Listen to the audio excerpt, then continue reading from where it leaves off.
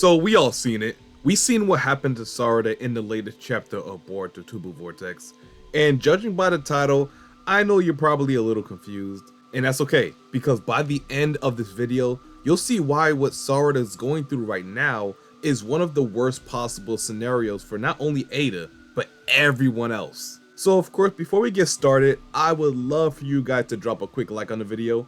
It shows me you guys support what we got going on over here, and to keep making videos like I've been doing. If we can aim for 400 likes on this one, that'd be super cool, for real. But besides that, enjoy the video. So during the latest chapter, something happened that shifted the direction of fate forever. And it all happened within a couple of pages. So everything was going according to plan. Damon was destroying Mamushi as usual, keeping Ada from his grasp, and using his Shinjutsu to discombobulate him and turn his own malice against him. This energy encouraged others to join in the battle like Boruto, Kawaki, and Himawari.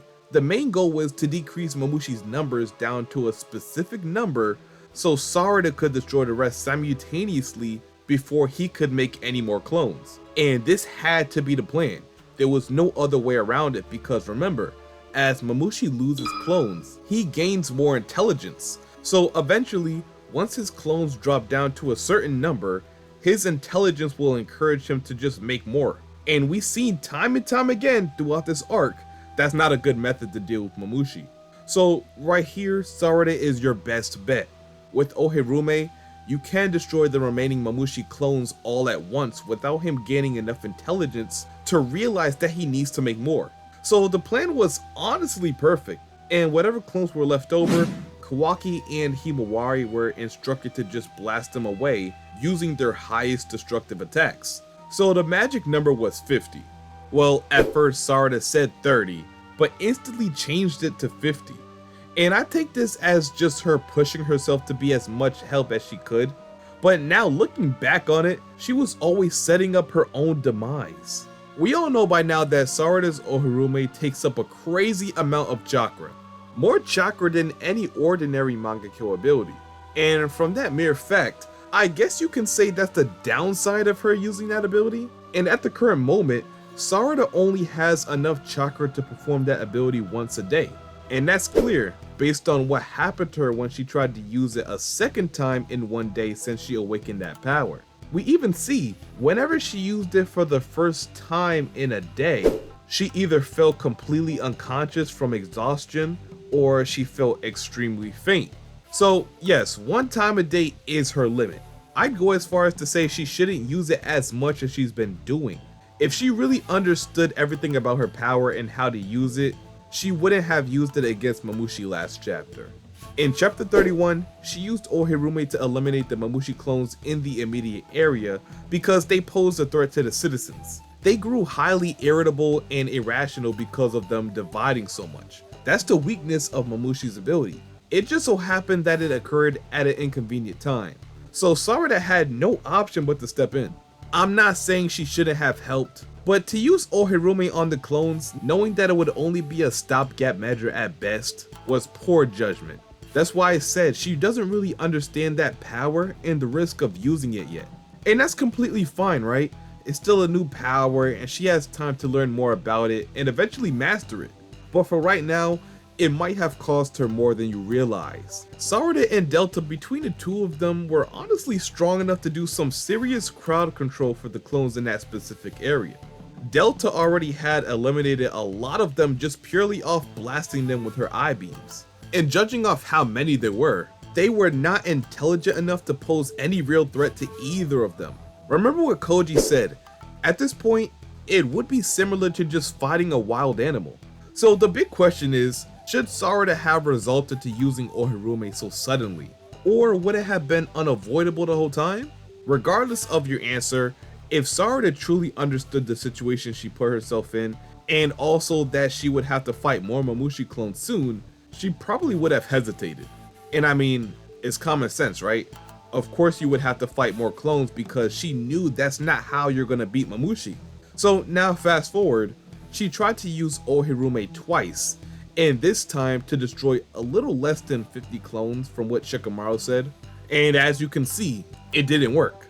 Instead, it looked like her right eye completely exploded, and she fell unconscious. And we see because of her failed attempt to finish Mamushi off, it activated his survival instincts. So now he multiplied more than 5 times the amount he had prior to fighting Damon. And obviously, it's not really about the threat of Mamushi unaliving them, it's the fact that it's gonna be harder to keep even one of them from getting to Ada. Because let's be honest, he's just gonna blitz her anyway. He's not gonna try to fight any of the other guys first unless they directly get in his way of Ada. I even think it might be a little much for Damon to handle. And like I said, when I say that, it's not to say they're gonna somehow defeat him. It's to say he might be unable to keep up with all of their movements and watch Ada simultaneously. And if Ada is caught, it's all over. Not to mention, Kawaki finally overheated, so that's another hard hitter down. And he also has a wide range of attacks that can wipe away multiple of them at the same time. So he was extra important in this fight. I mean, initially I could not see a future where Ada got devoured. I just didn't see a way for that to happen.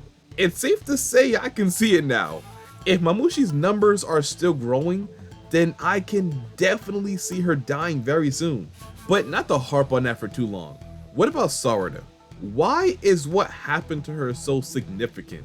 So this goes all the way back to part 1 Naruto, the early days where we were still learning about the ins and outs of chakra and how it affects the body in different ways. So turning a page back to a flashback that Sasuke had of Kakashi telling him some very important information about his chakra. Kakashi was mentioning that at the time, when he first learned Chidori, his absolute limit was 2 blows a day. And that's because of his use of Sharingan along with the Chidori. It's like combusting and expending all of his body's chakra at once. So both the Sharingan and Chidori takes away chakra. That makes it a high ranking technique, which can't be mastered by anyone with a similar change in chakra nature. These types of techniques are very dangerous, especially a technique like the multi-shadow clone jutsu, which is considered a forbidden technique, declared by the second Hokage. It divides the user's chakra equally among all clones, so it poses a fatal risk of chakra exhaustion. So creating massive amounts of clones without the massive reserves of chakra to back it up, the reasoning to do so could very well drain your chakra below the fatal amount. Losing chakra to us is like losing blood. It's okay if you lose a certain amount of blood, but there's a limit to how much blood you can lose before you start to feel a little dizzy. And if you keep losing even more than that, it could drop down to a level that could prove fatal to anyone. And for me just googling it, it seems like you can only lose around 40 to 50% of blood until your body starts to fail. So that's around 2.5 liters. Kakashi basically says the same thing to Sasuke right here. He says if he tries to use Chidori more than his limit, not only would the jutsu not start up, but the attempt by itself could drain his chakra below this fatal level, and he could end up dying. But it's not a definite thing. Either way, it's not something you would want to find out. At the time, Sasuke's limit was only 2 Chidori, but we know as time went on, that limit expanded more and more. And in his prime, he was able to perform Chidori several times a day before getting tired. Through physical and mental training, and also chakra control training, he was able to gradually increase his chakra reserves to this point. And we all know genetics play a factor too. And I'll just be blunt, Sarada doesn't come from a family that specializes in huge amounts of chakra like Boruto or Himawari does. So that's not on her side. Because Ohirume takes so much chakra to perform, can I really say I see her being able to spam this ability someday? Even with the eternal Mangekyou Sharingan? Probably not. But for right now, Sarada went over her limit, and we see because of it, Ohirume did not activate properly. And in the process, I'm afraid she might have drained her chakra even more. And we all remember what happens when someone runs completely out of chakra, right? It means absolute death. Boruto must know this very well, which is why his urgency was so emphasized in this chapter. He understands that what just happened to Sarada isn't normal, and this could be a much more serious situation than we all initially thought. Now, their options aren't very wide, as it pertains to Sarada, I mean. But there is a clear way to keep Sarada safe. That's Boruto's #1 goal right now. Because on top of him being genuinely concerned for his friend and wanting to help her, it's deeper than that now. Sasuke, his master and one of the most important people in his life, told him to look after Sarada. And also she was the whole reason Sasuke even helped Boruto. So Sarada's safety is a manifestation of his master's trust. So that's why I said from the looks of things, Boruto probably won't be able to fight again until he knows in his mind that Sarada is 100% safe. So as I was mentioning, the only surefire way to ensure Sarada's safety is for Boruto to use FTG and get her away from this fight. And that's why I came up with a slight prediction for the next chapter. I mean, it would be easy enough to just leave her with Konohamaru and call it a day. But this time it's different. They'll need all the help they can get, especially with Kawaki down for the count. So I think it's better for Boruto to take her to the hideout and let Kashin Koji and Inojin tend to her for the time being. If Boruto wasn't an international criminal, I would think it would be possible to get her to somewhere in a village like a hospital where she could be treated by professionals, but that's not possible right now. Not only for the reason I just said, but because it would take too long. FTG right to the hideout and back is his best option. Inojin is also a practitioner in medical ninjutsu, so it's not the worst idea in the world, at least until they find a way to deal with Mamushi. So do I think Sarada will die from this? No, I don't. But it doesn't take away from the mere fact that this is a problem she will have to do something about at a later time. This can't go on if she wants to be as much help as she can. She has to be able to use Ohirume at least 3 times a day. And I heard a lot of solutions online like the 100 healings technique, and I'll admit, although it did make sense while I was initially thinking about it on stream, I quickly came to the conclusion that it shouldn't be her #1 option. It probably shouldn't be an option at all, because it would only be a temporary thing to a long-term problem. And it also takes months, even years, to store up the vast amount of chakra needed to perform this ability. For what? To spam Ohirume for a short amount of time? I don't think I like that for her. 100 healings is not something that's meant for frequent use. And from how often she plans to use this ability, it wouldn't help her all that much like we think. She needs to naturally increase her chakra pools through training and experience with her technique to really help her. And that comes with her increasing her chakra control to reduce waste during high output techniques, or simply limit the amount of time she uses this technique. It's as simple as that. So Sarada has ways to get better at using this ability. It's up to her whether she chooses to do something about it or not. But as it pertains to Sarada right now, she's on death's door because of her lack of understanding about her ability. And it can prove fatal if she doesn't receive a certain amount of chakra or get medical attention soon. So what are your ideas? How do you think Sarada gets out this situation alive? Do you think Boruto takes her to Kashin Koji? Which can also be a very good way for her to be introduced to Koji and learn about the singularities of fate, learn about prescience, Boruto's role in saving the future, as well as more info on the impending doom of the Shinju. So in other words, this might be good to push the story forward. Many people feel like it's time for Sarada to take a step up and be introduced into the truth on what's been going on around her since chapter 1. What do you think? Is this an ideal future for Sarada? She can also be healed by Himawari using the 9 Tails chakra.